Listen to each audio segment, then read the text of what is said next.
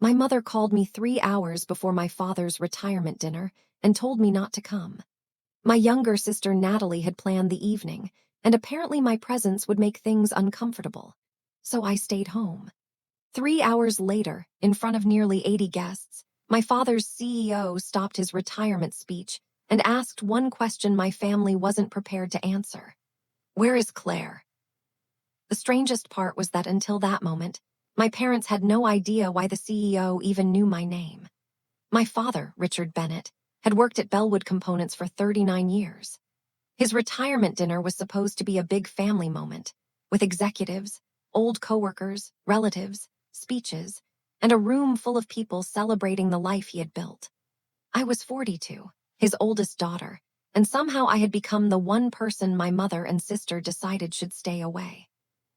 Mom tried to make it sound reasonable. Claire, Natalie has worked so hard on tonight. She booked the restaurant, coordinated with your father's office, arranged the photographs, everything. We just want one peaceful evening. I knew exactly what peaceful meant. Natalie and I had argued 6 weeks earlier after she made another joke about my career, saying I had left a real corporate job to run a little consulting business nobody had ever heard of. Dad laughed, Mom changed the subject, and I finally told Natalie she had no idea what my company did because she had never once asked. Apparently that made me difficult.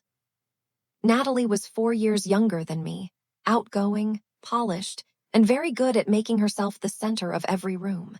She worked in marketing, organized family events, and knew exactly how to make our parents proud. I was quieter. After my divorce 5 years earlier, I left a senior risk management position and started my own industrial safety and compliance consultancy, Northline Advisory. For the first 2 years, I worked from a spare bedroom, and Natalie never let anyone forget that part. What she ignored was what happened after. Northline grew, I hired a team, and by that year we were working with manufacturers across 3 states. My parents still described my job as Claire's little consulting thing. Eventually, I stopped correcting them. So when Mom told me to skip Dad's retirement dinner, I understood the real request. Make yourself smaller so Natalie can have the evening she designed. I sat at my kitchen table staring at the navy dress I had bought for the dinner and the framed photograph I had found of the Bellwood plant from the year Dad started there. For 10 minutes, I considered going anyway. Then Natalie texted me. Mom told you, right? Please don't turn this into a thing. I wrote back. Don't worry, I won't. I left Dad's gift with my parents' neighbor and went home. What I did not know at the time was that Dad had never been told I was asked not to come. Natalie had told him I had a work conflict and might not make it. That detail would matter later. At 7 that evening, I made pasta, changed into sweatpants, and put my phone face down on the kitchen counter. Bellwood was about 40 minutes away from me, and I knew several people who worked there, although Dad had no idea. 6 months earlier, Bellwood's parent company had contacted Northline after a safety review uncovered serious problems at the plant. Their insurance renewal was approaching, and operations could have been restricted without major corrections. I led the project. For almost 5 months, my team worked with Bellwood's safety department and engineers, corrected training gaps, documented equipment changes, and helped the company pass its follow-up review. Dad worked in shipping operations and was never involved in the project. Because our contract was with the parent company, my name simply never came up at home. I could have told him. Some of it was client confidentiality, but most of it was simpler. My family had spent years showing very little interest in what I did, and eventually I stopped offering explanations nobody wanted. At 8:17, my phone started vibrating across the counter. First, my cousin Lee called, then my aunt, then a number I didn't recognize. I ignored all 3. Then Lee sent me a 46-second video from the banquet room. I opened it. Dad was sitting near the front beside Mom, with Natalie on his other side in a dark green dress. At the podium stood Marcus Hale, Bellwood's chief executive. I had met Marcus several times during the Northline project. I was giving a speech about Dad's 39 years with the company when he paused and looked toward the tables. Before I finish, he said, I was hoping Richard's daughter Claire was here tonight. My stomach dropped. The camera shifted toward Dad's table. Mom stopped smiling. Natalie turned toward Dad. Marcus continued. Some of you may not know this, but Claire Bennett founded Northline Advisory. Her team has been working with us for several months, and a lot of people in this building owe her team a thank. There was applause. Dad looked genuinely confused. Then Marcus smiled toward his table and said, "Richard, where did you hide her?" People laughed. Dad leaned toward Mom and asked something I couldn't hear. The video ended. A few seconds later, my mother called. She didn't say hello. "Claire, can you come?" 3 hours earlier, my presence threatened the peace. Now suddenly they wanted me in the room. I asked why. There was a pause. "Your father's CEO apparently knows you." Before I tell you what I did, if you've ever been expected to make yourself smaller so another family member could shine, subscribe to Real Stories of Women. Because what happened next changed something in my family that had been broken for years. I asked Mom, "What did Dad think happened to me tonight?" Silence. Then I understood. "You didn't tell him you asked me not to come, did you?" Mom started explaining that Natalie thought it would be easier if Dad believed I was busy. I heard Natalie in the background say, "Give me the phone." A second later, her voice came through. "Claire, did you know they were going to mention you?" I almost laughed. "Natalie, I'm sitting at home in sweatpants." She asked why I had never told them I worked with Bellwood. I said, "You never asked." Then she said the sentence that told me everything. "Can you please just come? This is embarrassing.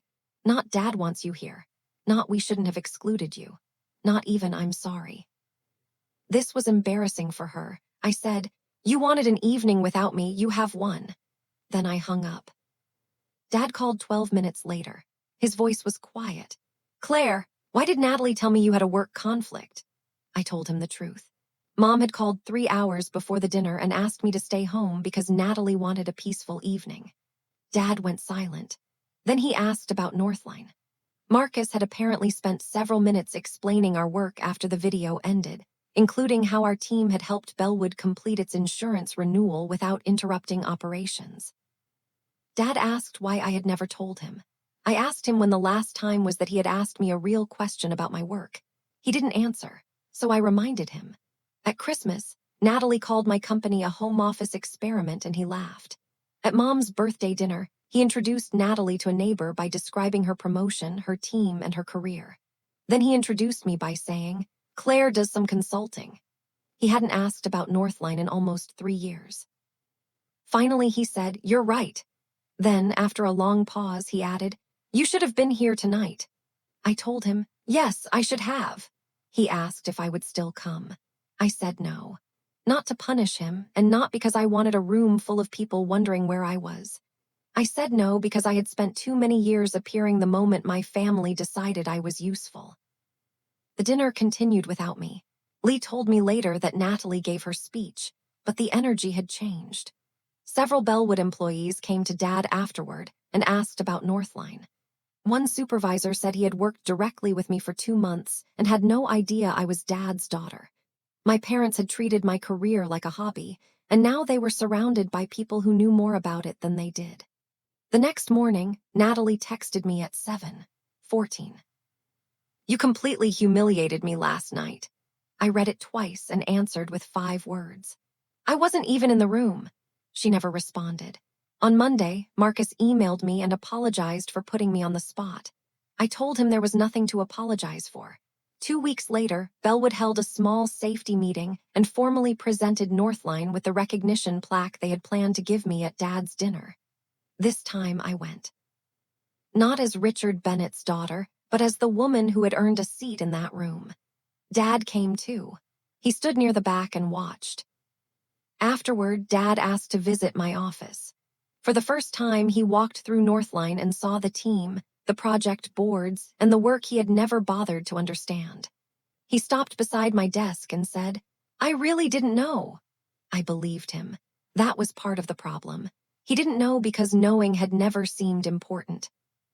He apologized for the retirement dinner, for laughing when Natalie dismissed my work, for assuming the louder daughter was the successful one, and for letting Mom and Natalie decide that I was the family member who could always be left out because I would eventually understand.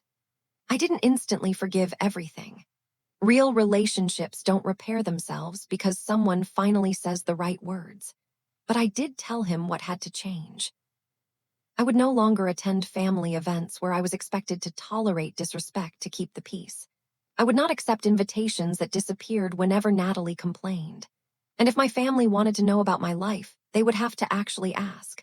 A month later, Dad invited me to breakfast, just the two of us. No banquet, no speeches, no Natalie organizing the table. For the first time in years, he asked me what I was working on, and then he listened to the entire answer. Natalie still hasn't apologized. I don't need her to.